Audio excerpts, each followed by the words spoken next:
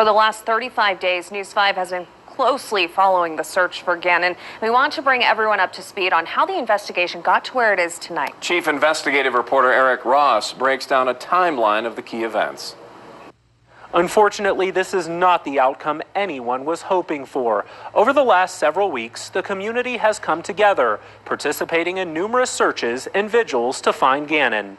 Let's go back to January 27th. That's the day Gannon was reported missing by his stepmom, Gannon Stauch, the woman investigators believe now murdered him.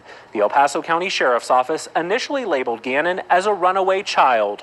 Despite tips from credible law enforcement sources telling me that Gannon was not a runaway and that foul play was suspected, it wasn't until January 30th, 3 days later, that the El Paso County Sheriff's Office decided to upgrade the investigation to a missing and endangered child case. The next day, the El Paso County Sheriff's Office started asking for volunteers to help find Gannon.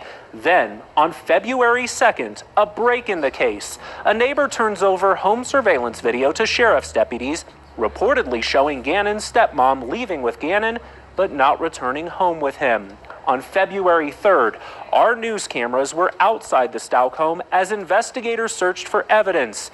2 days later, on the 5th of February, Gannon's dad and biological mom released an emotional video plea for information on Gannon's disappearance.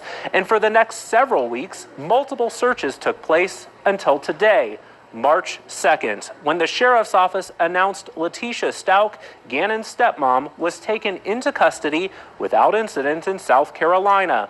The affidavit, which contains details surrounding her arrest, is sealed from the public's view to protect the criminal case. Once it's unsealed, we'll be sure to make that available to you. Always watching out for you, Southern Colorado. Eric Ross,